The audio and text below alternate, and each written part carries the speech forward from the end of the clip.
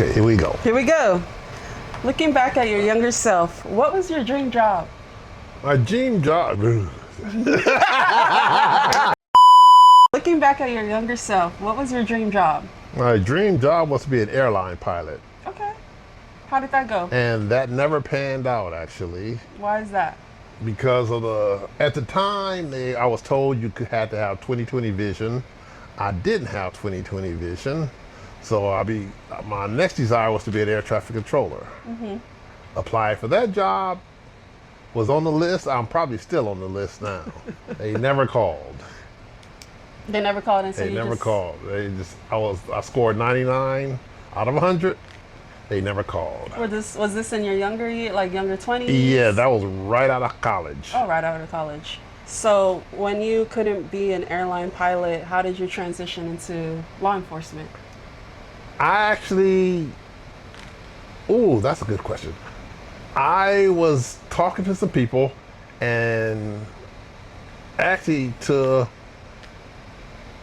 a neighbor who was a deputy sheriff, and he had me apply for the sheriff's, and I applied for the sheriff's, and I was told I didn't have any work experience and they wouldn't hire me, and LAPD would not even look at me.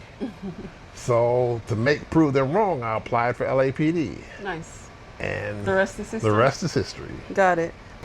Can you describe the neighborhood where you grew up using 3 words? Very kid interactive. Kid interactive. Yes. 2 more words. Very kid interactive was 3. I mean, adjectives. It was a learning experience. So you're from LA, like not too far from Compton, or Correct. borderline Watts, like where Correct. Randy's at? Around the corner, right around the corner okay, from where okay. she's at, actually. I met their mother. Oh, that's how you met their mom? In the neighborhood. In the neighborhood. It was actually I was down here from college, and she was working at the school across the street as a playground director.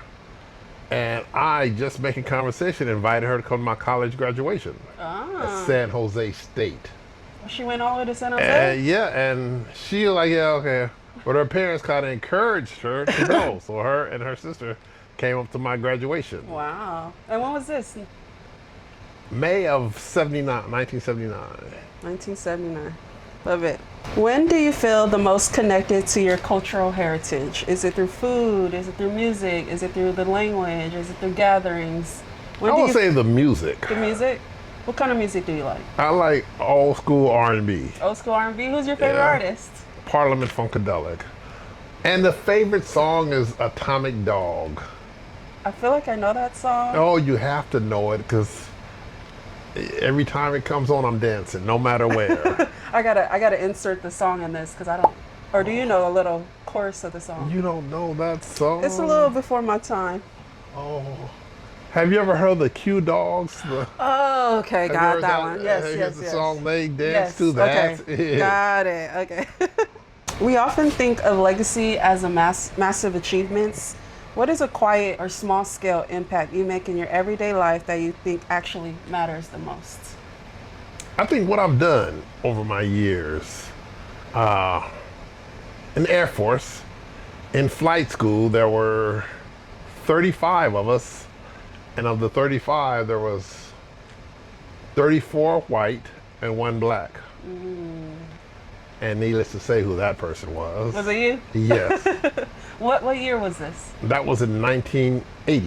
1980. Because, yes. As we're talking about legacy, thinking back of all those periods of time, how kids nowadays are not as exposed, as heavily with that open racism as it was back then, right? So I think these types of stories, we want to make sure that we can capsulize and be able to never forget about what you all went through, so we don't repeat history as we're kind of experiencing now with the current administration. So we just want to make sure that, we haven't heard of that story of you being the one of the only Air Force men, back then, and how did that feel growing up, and what did you learn from that, essentially? That's actually where I learned kind of about racism. You don't know it until you experience it. Because you grew up in LA, right? Yes. Predominantly black, Yes. Latino. Was it a lot No, of, it was black back yeah. then? Yes. And then when you went to the Air Force, did you go to Chicago? No, I went to San Antonio, was Texas. training. Then flight school was also in Texas. So you went from predominantly black cultural upbringing, and then you went to the Air Force for the first time in Texas, and you experienced racism like Yes. that. Can you talk more about that? Oh, well, it was things like going to eat, asking, I had a couple of times, one guy, he was from, I don't remember where, asking about, do you want watermelon and fried chicken? And yeah, and I'm like, are you serious? I said, first of all, I don't like watermelon. But you don't like fried chicken? Yeah, I do, but what makes you think I have to like it? Oh, I was just making that assumption. So stuff like that. And this is after civil rights, the big Yes. civil rights movements. You would Yes. think that folks back in the 70s would be accustomed to seeing black folks within white Right. spaces. Why do you think that was still the case, at least in the military? Well, I think with him, he was from somewhere down south who had no experience with black people other than seeing them on TV maybe, I see. and that was his feelings. Going back to our question, you talk about, that quiet, small scale impact. You're saying that you being the one and only black guy within the Air Force is a small, quiet impact? Because to me, that seems like a big impact. Yeah, it was big. Yeah. Flight school is hard to get into, but I scored high on the test, got in, and not too many people of color passed that test. So all of this was done in Texas, or did you come back to California? In Texas. Okay. Yeah. Nice. Ooh, I don't want to talk about that one. What? Keep the camera rolling, baby. Keep the camera rolling. Fast forward to 1980, about 84. I was working LAPD. I was a training officer. My rookie had a day off. They put me with another training officer who happened to be white. Name was white. Asked could he drive. I'm like, not a problem. We get a block away from the station, and he turns to me, and anytime you hear someone ask you, can I ask you a question? Something crazy's coming. When they got a preface with that, it's something crazy. He says, don't you think all black people are criminals? He didn't say everybody except your friends and family and people you know. He didn't say all except for other people on the job. He said all. That man said all. This was during your training, so you were still new? No, I was a training officer. Oh, you were a training officer, So I had sorry. 2 stripes just like him. And I said, I really can't answer that question, but take me back to the station. I have to use the bathroom. We go back to the station, and at the station, the watch commander happens to be black. The assistant watch commander happens to be black. The captain happens to be black. So I'm walking through the watch commander's office, and he's right behind me. Has no clue. And I stop at the watch commander, who's the lieutenant's desk, and say, oh, Lieutenant, my partner asked me a question I couldn't answer. Maybe you could. And the captain's door is open like 3 feet away. I said, he asked me, did I think all black people were criminals? And I really didn't have a good answer. Maybe you could answer that. At which time the captain came up, peeked out the door. I said, what'd you say? I said, oh, I'm sorry, Captain, I didn't mean to disturb you. But my partner wanted to know, did I think all black people were criminals? So needless to say, he went in the office with the captain and the lieutenant and the other sergeant, and I had to sit at the desk, and then the lieutenant came out and told me I could go home for the day. And he went home for a few days. I mean, sometimes you had to do that, Yeah, especially yeah, back then, and I'm just glad you were very professional about it. And what a lot of people don't know, back in the day, and it may still happen now, the guys, they call it morning watch. They work the graveyard shift.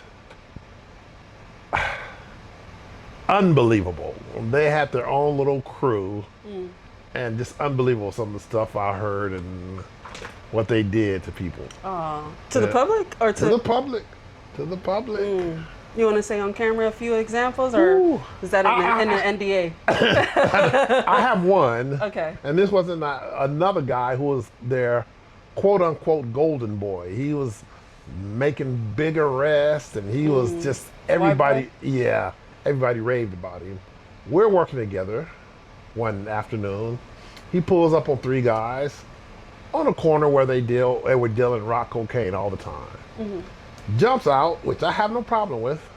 I search him, since I'm the searching officer, search him real good.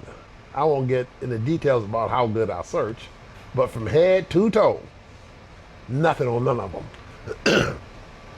I go to check to see if they have any warrants. One guy is talking crazy the whole time. Like, talk never hurt anybody. As I'm checking him for warrants on the car and the computer, he grabs a guy and puts handcuffs on him and puts him in the car, which I have no problem with. Okay, he's talking, we'll just sit him in the car till we're done. Nobody has anything, they're all clean. Okay, we're gonna let him go. He tells me, oh, no, we're taking that one. And I said, what do you have? He goes in his shirt pocket, pulls out a baggie with 3 rocks of cocaine in it. And says, I found this on him. And to this day, I hate that I didn't say anything. I should have said something. Other than when we got to the station, I said, don't put my name in any report unless you put in there that I thoroughly searched him and didn't find anything. Right. So do you think off record, it may have been planted? It was. And I actually spoke to another buddy of mine the other day. We were talking about him, and he just got disbarred as an attorney. He became an attorney, got disbarred. See? Stuff happens. They get you down the line. It'll come back to you. It got him. Policing a city like Compton requires an immense amount of mental strength. At the end of your shift, when you walk through the front door to be a dad back then, how did you consciously shed that weight so you can be present at home? Well, one thing, growing up in that neighborhood and being used to the people, it wasn't really tough. I know how to deal with people already. So it wasn't really that strong, or wasn't that hard to do. Like, it wasn't a big adjustment? No adjustment, yeah. Did you see in your colleagues that may have not been from a similar community like Compton or LA Watts, did they have a harder time adjusting to what you were so familiar to? They did. To a lot of them, large percentage of the people are criminals. Whether they knew them or not, they're criminals. Somebody's walking up to the police car, they're a criminal. Be careful, put your hand on your gun. Whereas, they were kind of, a few were amazed that I'm working the area I grew up in, working right around the high school I went to. What high school did you go to? Locke High School. Okay. So hard to be a Locke High say. Ooh. Had an interesting thing though at Locke, actually. I was doing a research paper in high school, and it's kind of off the subject, but yeah, no worries. I was doing a research paper in high school, and I was told, do not do your note cards in class. I was finishing up some note cards, they're already done, I would just write them straight. The teacher came up behind me, grabbed them, and tore them up. This class, this is what happens when you do what you're not told. I'm like, wow, okay. So happens one day I'm on patrol and a car makes a left turn out of the school where it says no left turn. I pull them over, guess who it was? It was her. The teacher? Yeah. She read about that. And I said, you can tear this up. She, what are you talking about? This ticket I just gave you. Tear that up now. Once again. You eat it with these comebacks. Goes around, comes around. If that's a lesson learned right there. That's right. Yeah. Gotcha. Okay, this is allegedly, but I heard that Compton PD was reportedly dismantled due to the corruption within. Can you share some insights on what that was like and or if you know anything about it, allegedly? I don't know anything about that. Only one story I have about that. When 2 of the Compton officers were shot and killed, usually what happens, the agency gives insight to other agencies that the public doesn't know about. And we sent a couple of officers over to Compton to find out what happened, and they refused to give us any information. The sheriff's office? No, it was Compton PD Oh, at it was the time. Compton PD. And these two officers, you know, like I said, they were killed, and we like to know what exactly happened. And the public won't know what happened. Right. But they refused to go, which was strange, because every agency gives information to other agencies that the public doesn't hear, but they didn't do it. And this was what year? Ooh, mid-'80s. Oh, okay, mid-'80s. Because how long were you in the law enforcement for? 20 years. 20 years, so that was what, like 1980s? It was like 85 to 80s. Oh, that I was there? Yeah. 82 to about 95. Okay. Oh, okay. Oh, okay. Okay. Yeah. Yeah. Okay. Shortly after the incident. Yes, the Okay. incident. Do you want to tell the camera a little bit more about that incident? It's okay if not. Well, I was working undercover. Vice, which is the guys who pick up the prostitutes and arrest them. And I was working with my partner and two other partners in a different car. And the gentleman told us he could get us a girl, so we said we'd get him for pimping and pandering and get the girl for prostitution. We pull in this parking lot of this motel, and while we're sitting in the car, a guy comes in the parking lot, and they're for whatever reason they're robbing him. We can't blow our cover, so we just said, you know, let him go. We let them do what they do. And the guy decides he's going to come up to our car, and I'm in the driver's seat. Partner's in the passenger seat. He comes to the back of the passenger seat, comes off the gun, and starts firing. He doesn't know that you guys are. He had no idea. Oh. And as I'm getting out the car, I feel it. It feels like heat. It feels like when you cut yourself and you put alcohol on it, it intensifies. So I start firing back. My partner can't get out the car because he's on his side of the car, so he just reaches over his shoulder firing.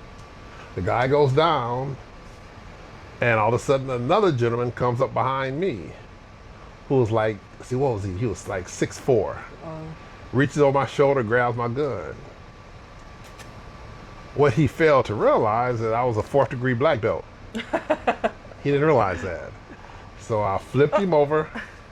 I flipped him over, and somehow he landed on his feet. And I yanked my gun out his hand. He still had the top of my gun. I yanked the gun out his hand. And the rest is history. Ooh, and this was 1990? May 5th, 1990, 11:54 p.m.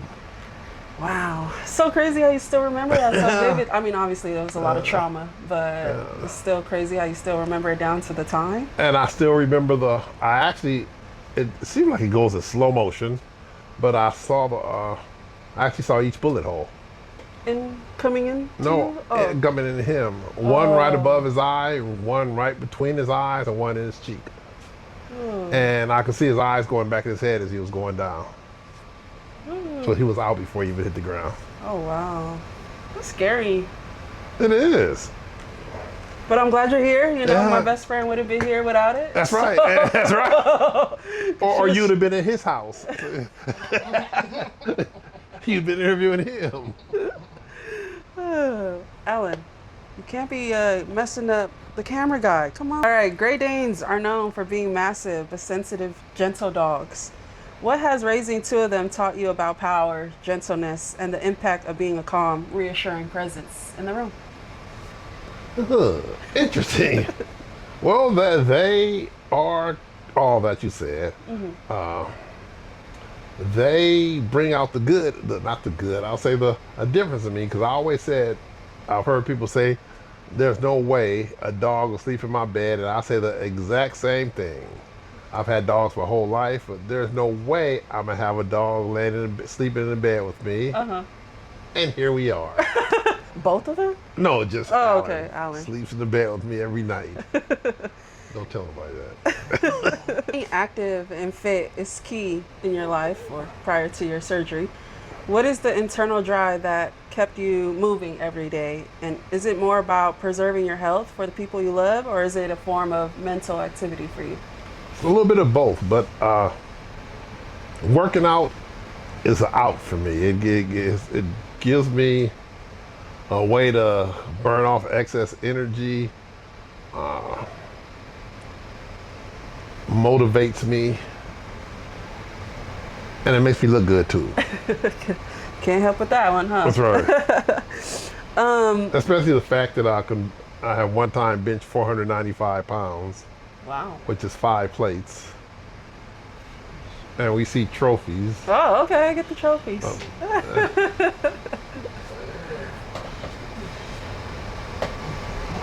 How long ago was this?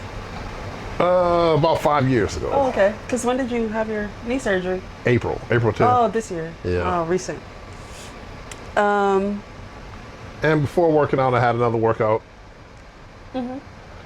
I studied martial arts, specifically Kempo karate, Okay. and I'm a 4th degree black belt. You know I'm gonna ask you to show us eventually. Not right now, but keep that in the back of your mind. Because I know I'm cultured.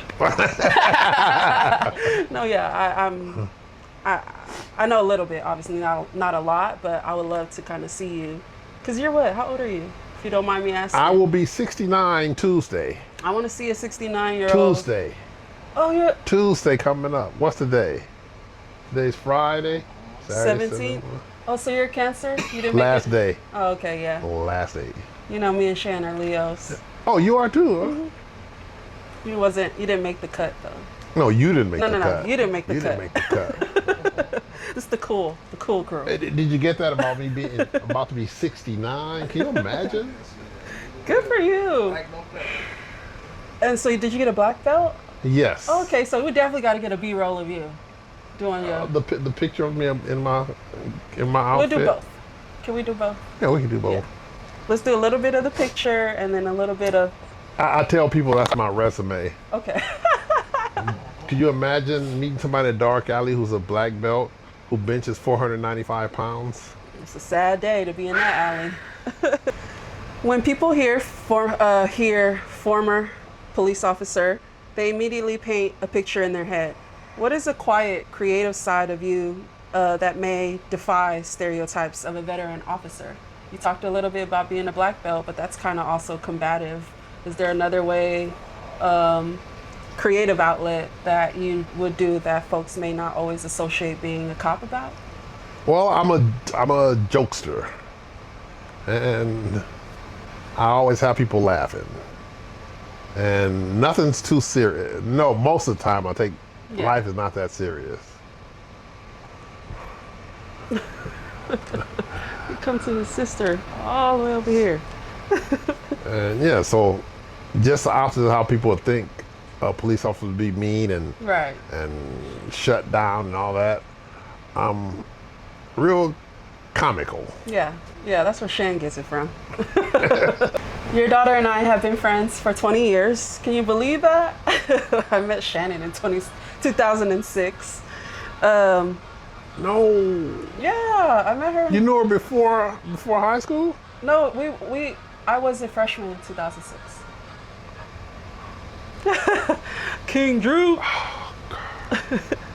Your daughter and I Has it been that long? Yes, 2006, it's 2026. This is 20. Your daughter and I have been friends for 20 years. What is a trait she has that makes you smile because you know she got it from you? Being left-handed. Oh, you're a lefty too? Yes. Oh, okay. Yes. Oh, okay. Left-handers rule. And she has my personality also. Yeah, she kind of does. She does. Yeah, with a little bit of her mom. More me. I mean, she spent a lot of time with her mom, so. More me. In what ways? She's doesn't really take much serious, but when it's time to flip that script, she can put the flip law it. down? Yeah. Yeah, I can say that. Yeah. My last question is there anything you'd like to share about yourself that I haven't already asked? Maybe about heritage, legacy, impact, whatever I didn't ask, but really centering around what my focus of my channel is. And I think you covered it all pretty Really? good. Okay. Yes. well, Good since I job. still have you, what is one thing or something you would share with the younger generation that you would love for them to preserve about maybe the Black community or Black culture? everybody's not your enemy. That's the one thing that gets me now. I see somebody and I'm gonna speak to them, not look at them crazy if I don't know I'm speaking to them. Right. And most of the time they're speaking back, and you get a good conversation going. But not these days. Everybody wants to mean mug everybody. Not a good thing. Yeah, that's a good one. I think just for young kids, or excuse me, young people in general, with the use of online gaming or social media, I don't think that young folks are as used to like dealing with their emotions in the same way that we may have in the past, Right. and utilize all these skill sets that they may learn online to like to help them solve these issues. But I think that's the underlying, is that not everyone is your enemy. Right, exactly. And you should approach it in that way versus solution for focus versus animosity or violence. Is that what you were getting at? Yeah, or like what happened right here.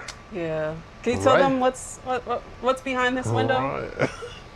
Right. Wilmington Arms is right there. And that's where 4th of July, 2 people were shot and killed. Unfortunately, yeah. Oh, Lord, Alan. Please get down. See, they're good dogs. At least they somewhat listen to me.